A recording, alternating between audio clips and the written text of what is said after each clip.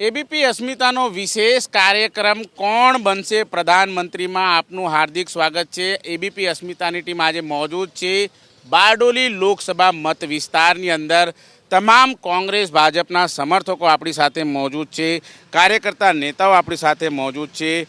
ગત લોકસભા ચૂંટણીને લઈને કયા પ્રકારે વિકાસના કાર્યો થયા છે અને થયા છે તો કયા પ્રકારે છે અને સમસ્યાઓ કેટલી છે એને લઈને ચર્ચાનો દોર શરૂ કરીશું। સીધી ચર્ચા શરૂ કરીએ। આરોપ પહેલાં લઈશું કે કયા પ્રકારનો આરોપ છે, આપ જણાવો। બારડોલી લોકસભા કયા પ્રકારની સમસ્યાઓ? બારડોલી લોકસભામાં અનેક પ્રકારની સમસ્યા છે।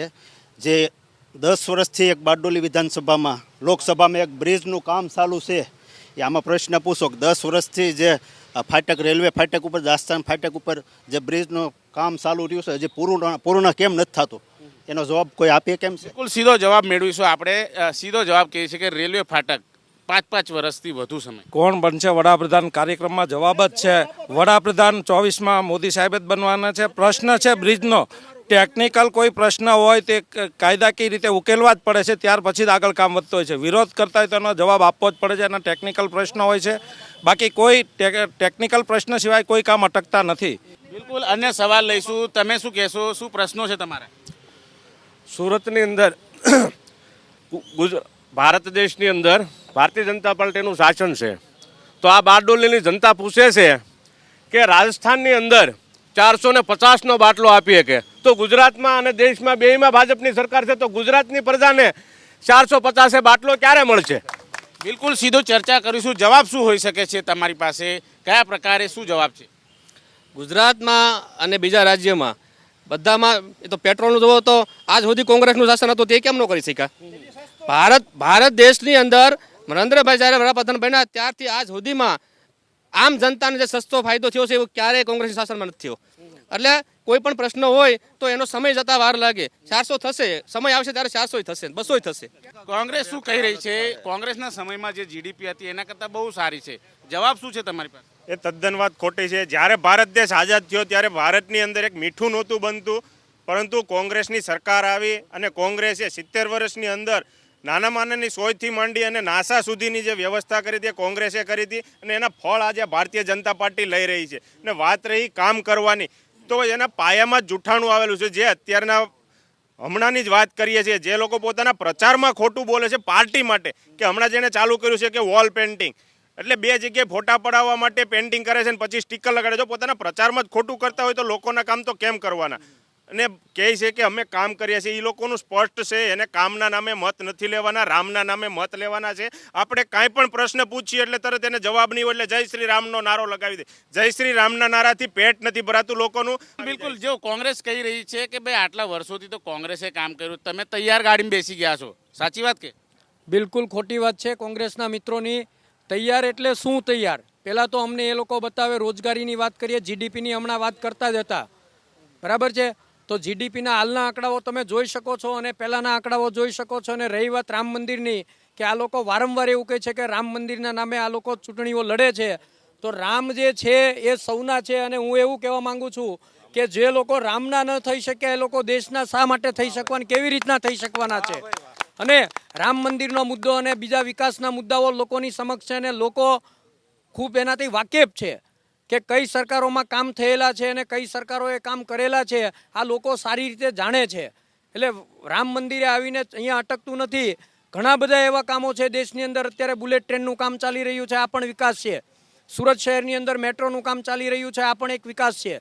સીધા સવાલ છે તમારી ઉપર કે બે કોઈ રામના નહીં તે કોઈ કામના નહીં, ખરું? રામ કોઈ એકના વ્યક્તિના નથી, કોઈ એક પાર્ટીના નથી।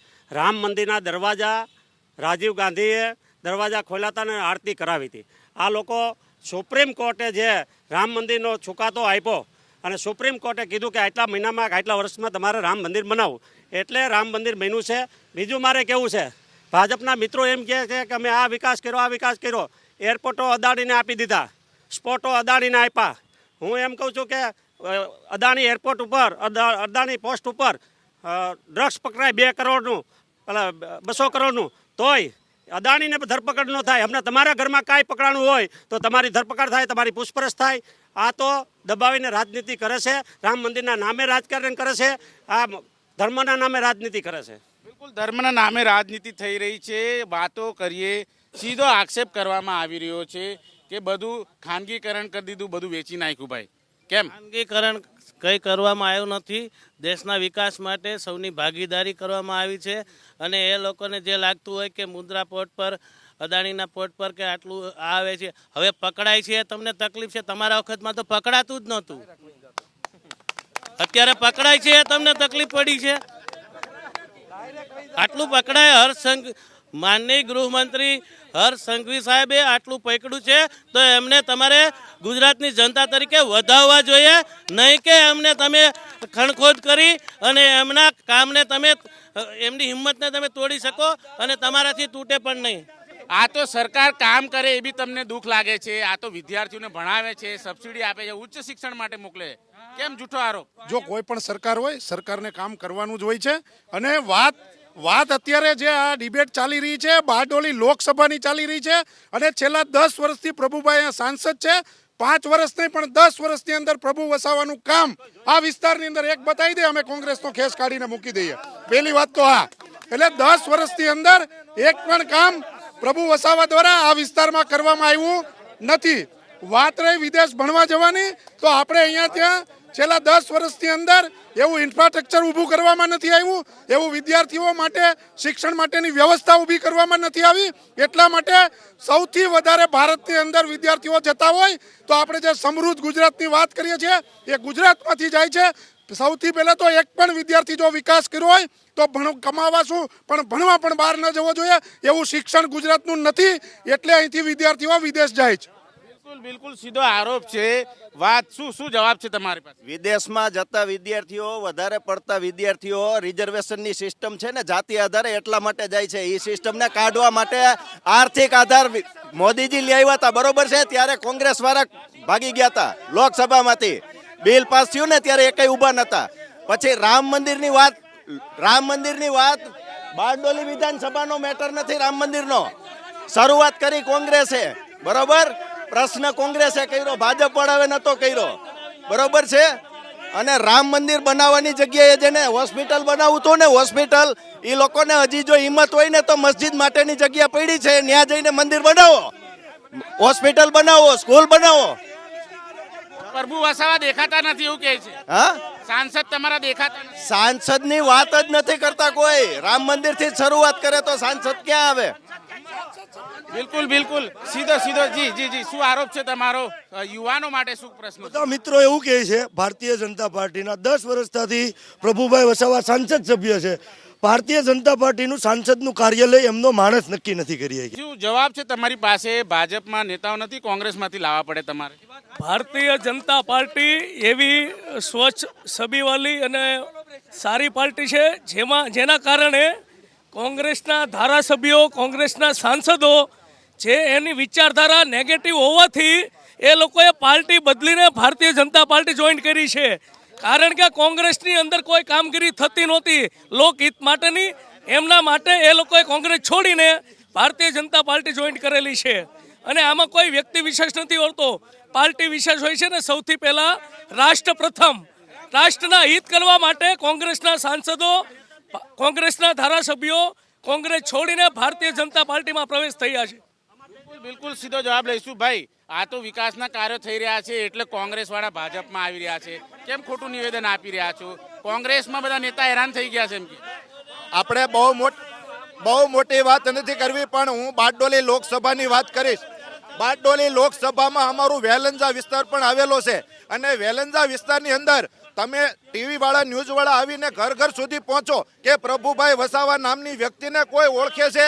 જ્યારે ચૂંટણી હતી ત્યારે અમારા વેલંજા ગામના રણછોડરાયના મંદિરે આવીને મત લઈ ગયા. ત્યારબાદ પ્રભુભાઈ વસાવા અમારા વિસ્તારમાં આવ્યા નથી. પ્રભુ ભરોસે અમારો વિસ્તાર હંમેશા છેલ્લા 5 વર્ષથી રખડે છે. મહિલા મોરચો પણ આપણી સાથે મોજૂદ. બેન, કયા પ્રકારે આરોપ લાગી રહ્યા છે, શું કહેશો? અત્યારે આ લોકો જે આરોપ લગાવી રહ્યા છે તે સાવ ખોટા ખોટા આરોપ જ છે. અત્યારે જે વિકાસ થઈ રહ્યો છે કામરેજ વિધાનસભામાં, આપણે અમારી બારડોલી લોકસભામાં, તો એક વિકસિત ભારતની દ્રષ્ટિએ જોઈએ તો બહુ સારામાં સારો વિકાસ થઈ રહ્યો છે. અને નરેન્દ્ર મોદી સાહેબે અમારા ભારત દેશને વિશ્વમાં પહેલા નંબરે, એટલે કે વિશ્વમાં વિશ્વગુરુ બનાવી દીધેલું છે અમારા દેશને. તો એના માટે પણ આ બધી જ પાર્ટીના લોકોએ ગર્વ લેવો જોઈએ. પણ આ લોકો તો ખોટે ખોટા બધાનો વિરોધ કહી રહ્યા છે. બિલકુલ જોઈ શકાય છે, રસપ્રદ ચર્ચાઓ થઈ, આરોપ પ્રત્યારોપ થયો. જો કે લોકસભાની ચૂંટણી બારડોલી લોકસભામાં જે પ્રમાણે અત્યારે હાલ મતદાન થશે, જે ઉમેદવારો છે એમના ભાવિ છે એ મતદાન પેટીમાં કેદ થશે અને ત્યારબાદ ખ્યાલ આવશે કે કોણ ઉમેદવાર, કયા પક્ષનો ઉમેદવાર જીતીને આવે છે. કેમેરામેન રાકેશ પાનવાલા સાથે ધનરાજ બાગલે, એબીપી અસ્મિતા, બારડોલી.